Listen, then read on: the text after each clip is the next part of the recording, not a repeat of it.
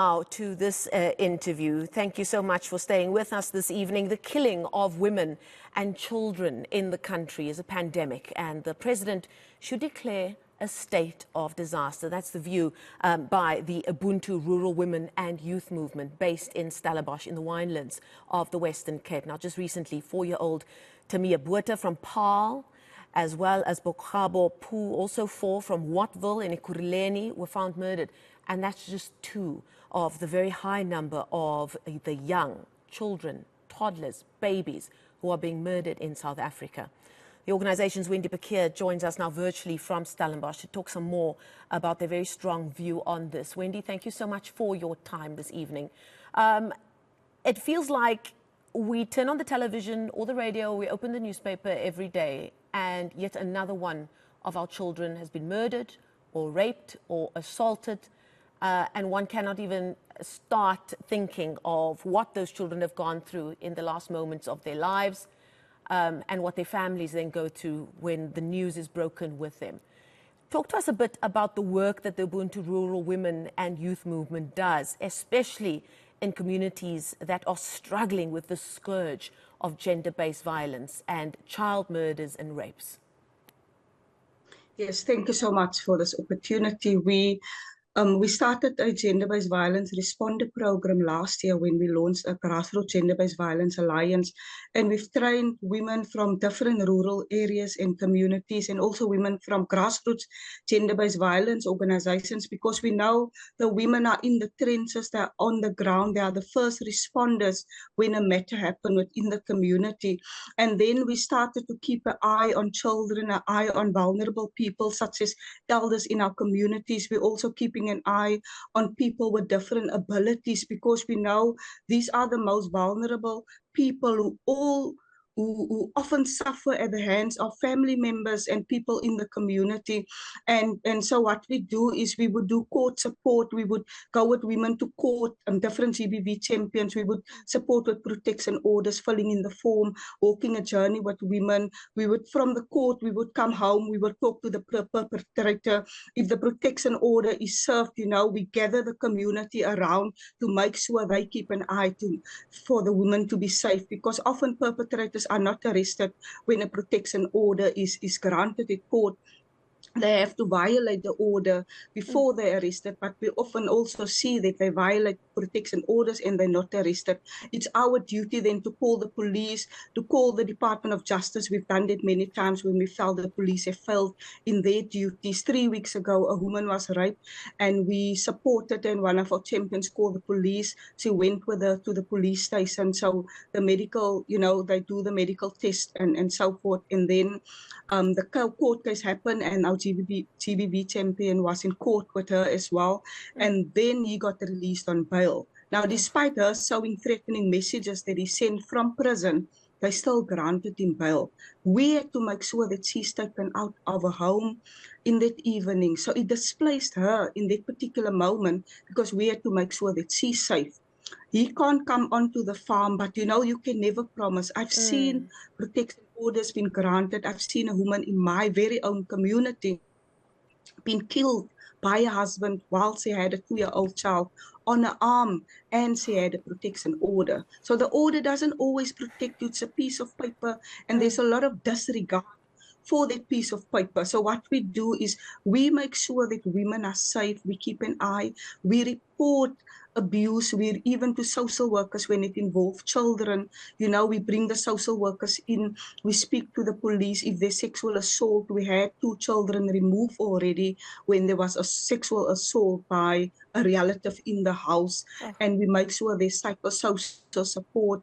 We've been doing court support, there's 2 intimate femicide cases where we've supported the mothers and the families, going through every court case, protesting at the court, opposing bail, meeting with the state prosecutors to speak about the merits of the matter. And one of the cases bail was granted. In the other one, it's a year later. The late Rusin Kailawak, 28-year-old, killed in front of a mother and a child on 29 November 2021. The case hasn't started yet.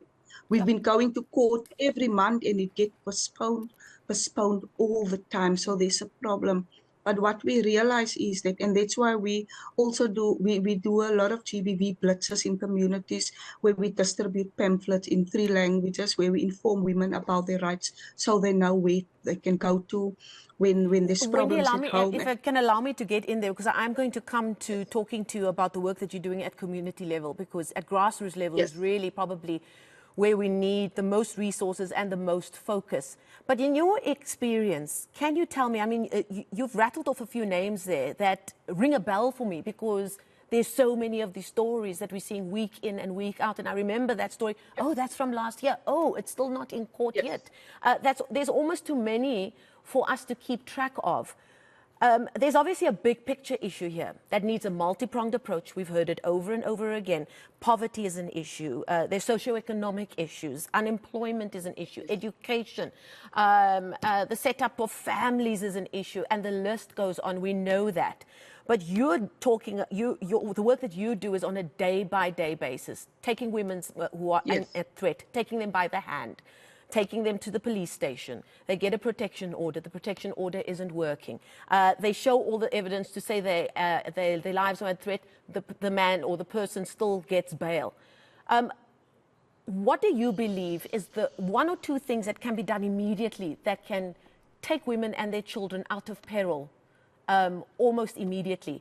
I see that you've said you want harsher sentences, but do we have to look at a no bail rule in incidents of gender-based violence? Do we have to look at something stronger than a protection order? Because obviously it's not working. What do you think could work immediately just to stem at least some of this tide? Yeah, we actually calling for no bail for rapists and men that murder women and children. It's a no bail approach for us, because in often when these things are happening, they planned it, so it's premature. So when the court make decisions where the bail is granted, they look at, is it a flight risk? Is he going to run away? You know, will he threaten the witnesses and so forth? These are the things that they consider. But I don't think these things are relevant, because what we've seen with Bagabu and many others, it's perpetrators that's been, like he was released on bail for the rape of a 9-year-old, but yet he got granted bail. And that's why we feel the parole officers and even the courts and the magistrate, they must be brought to book. There's no way they can let rapists out and murderers in this way, and they go out and they re-offend. The Tasneem, the 9-year-old that was killed and dumped in Worcester on the other side of the tunnel, you know, that was also an offender that was on parole, and he came out and he brutally raped and murdered her. So we say no to bail. That's what President Ramaphosa promised us. He said no rapists and no murder of women and children will get bail. That was in 2019. That is why it's important, the laws that have shifted now, the amendments to the Sexual Offences Code and the amendments to the Domestic Violence Act. You know, there's particular things they say within the act, but we also know sometimes the law is there, but it doesn't, it doesn't realize for many women, and especially rural women who suffer multiple burdens. We're far from police stations. Women are far from courts. Access is not always easy for women. And so that's why when a woman reports a rape, what they do, it's almost as if the perpetrator's rights precedes the right of you that have the right to life, or you that have the right to feel safe. And that is something the courts need to look at, because they would say in court, I'll grant you bail because you're not guilty until proven in court that you're guilty. Now that's a wrong approach, and that needs to change. So the one is the no bail, and then of course we speak about harsher sentences. People say that that perpetrators should get life, they shouldn't get out again. That's something that we also want. There's a lot of people calling for the death penalty. I've got no mandate from my organization to say we call for the death penalty. And there's other suggestions that people do have. But if something don't drastically change now, then we're going to have a problem. The statistics are not coming down. There's a backlog of DNA. There's an increase in the spate of violence against women and children. It's an onslaught. And that's why we say it's a pandemic, and the president must call a state of emergency. We need more sexual offences court. Every court should have a sexual offences court with trained magistrates and police. So the president must call urgent meetings with these people, with the heads of police, with the magistrates, with the Justice Department, social workers, the Department of Social Development, Commission of Gender Equality, and we are going to the Presidential Gender-Based Violence Summit. But the president in government, they should have these conversations. We're going to speak and we're going to put proposals forward. But as government, you know, they must be hands-on. They can't just push money to GBV and nothing changes on the ground. And women and children are killed. And the way that they are at the moment, you know, we need more Tutuzela centers. Care centers where women go when they're raped, and the care centers are based at certain hospitals, but we've got too few, and rural women don't have access to these care centers because it's mostly in the urban hospitals. I know there's one in George, so we need more of those one-stop care centers for children. You know, we need, I don't say we need, there's a lot of calls for more safe homes, but I just feel, why must women and children be displaced? They go through all this trauma, then they must leave the home, go to a shelter. The children are disrupted from school, and you know, they are out there's of the an abusive additional situation. trauma. It adds to And the there's an trauma, that the additional trauma to yes, that as well. Now, Wendy, before I so let you why go, don't I they know that your perpetrate? organization is mobilizing. You're mobilizing all the time, but you're really upping the ante now. I believe you're trying to spread the gospel, I suppose, as it were, of your movement in other communities around Klapmuts and in those very important areas in the winelands. But I do believe you're also having a gathering on Saturday. What are you hoping to achieve, and how are you hoping to go about it? Yes, we actually started tonight, and we had a faith leader in the group, a man, and he spoke up and he said, but we against GBV, we must respect women in this community. So what we're doing, we're bringing together faith leaders, we're bringing together neighborhood watchers, we're bringing together our GBV champions, first responders on the ground, community members, young people, children, all of us. We're coming together and we're marching through the streets of the community where I'm in. And we're going and we're speaking to men, to women, to everybody, to say, GBV, you know, we don't want it in our community, because we had to remove women before that was abuse. We went into the homes of the perpetrators and we sorted. We've dealt with issues of neglect and abuse of children. But what we are saying now, that we're not going to displace women anymore. We're going to deal with them and we're going to act against them, because GBV should not be in our community. So we're going to send a strong message out. We will keep an eye on children to make sure they're safe. Every street, we will talk to one another, and we're going to sort out perpetrators of violence in the communities. And we want to show other communities, because I know there's a lot of communities, people, women in the communities that do amazing work. They do the work that government is supposed to do. And we see you, we acknowledge you. Sometimes you are not acknowledged for the work that you do, but we know you're doing this work, and we want to make sure that other communities also look at what we are doing, so that women, you know, we had the pots and pans tonight, so we were heating the pots and the pans. Women are not only carers, you know, we're not only the ones nurturing children, feeding the community. We are leaders, we are faith leaders, we are activists, we are community leaders, we are feminists, you know, we are doctors, we can be anything that we want to be, and men should see us like that. We're not extensions of men or of male labor, of, you know, we're not that. We are leaders in our own right. Wendy, I have run out of time, but you know, it's a question we ask every day, either at work or in our kitchens, when we speak to our families, wherever they are, on phone or on WhatsApp. What do you think our problem is in South Africa? Why do men, and obviously, you know, statistically, it's mostly men who are the perpetrators. Why do men murder and rape and assault our women and children in South Africa? It is a statistic that is not found almost anywhere else in the world. And yes, we know there's generational trauma as a result of apartheid, and the list goes on. But if you can, just in a short space of time, tell us what you think is at the core of the sickness that we have in our society.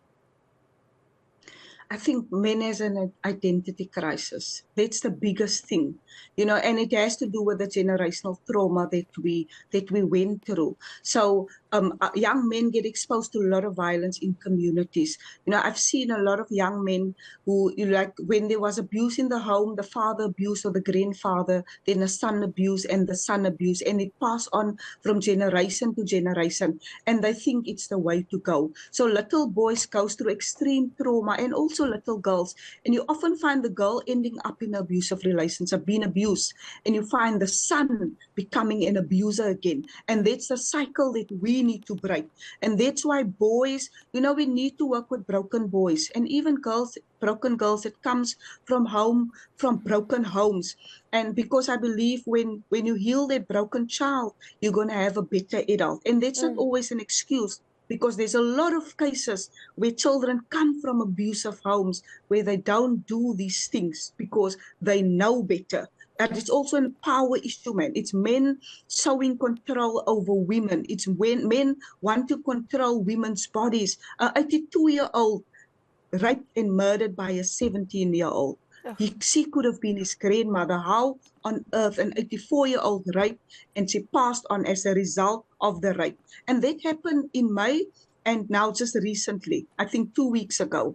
So that's what we need to change. And we also need male role models and to speak up and to show young men the way. So we need to start with boys and men also at a very young change. We need to change the culture that girls are lesser than men, that men are superior to women and to girls. We need to change that, because I believe that we are all equal in this country, and we need to preach that from the pulpit as well, that gender-based violence should not be allowed. Faith communities is the biggest community in South Africa, and they have millions of members that belongs to faith communities. So we shouldn't only speak to convert and try people to do that, but speak from the pulpit and address men to respect women, because everybody, and even men, comes from a woman. Thank you so much. Thank you so much, Wendy Pekeur from the Ubuntu Rural and Youth Movement, speaking to us live there from Stellenbosch. Thank you so much for your time this evening, and thank you, Wendy, for you and your team for the work that you continue to do at community level where we need it the most.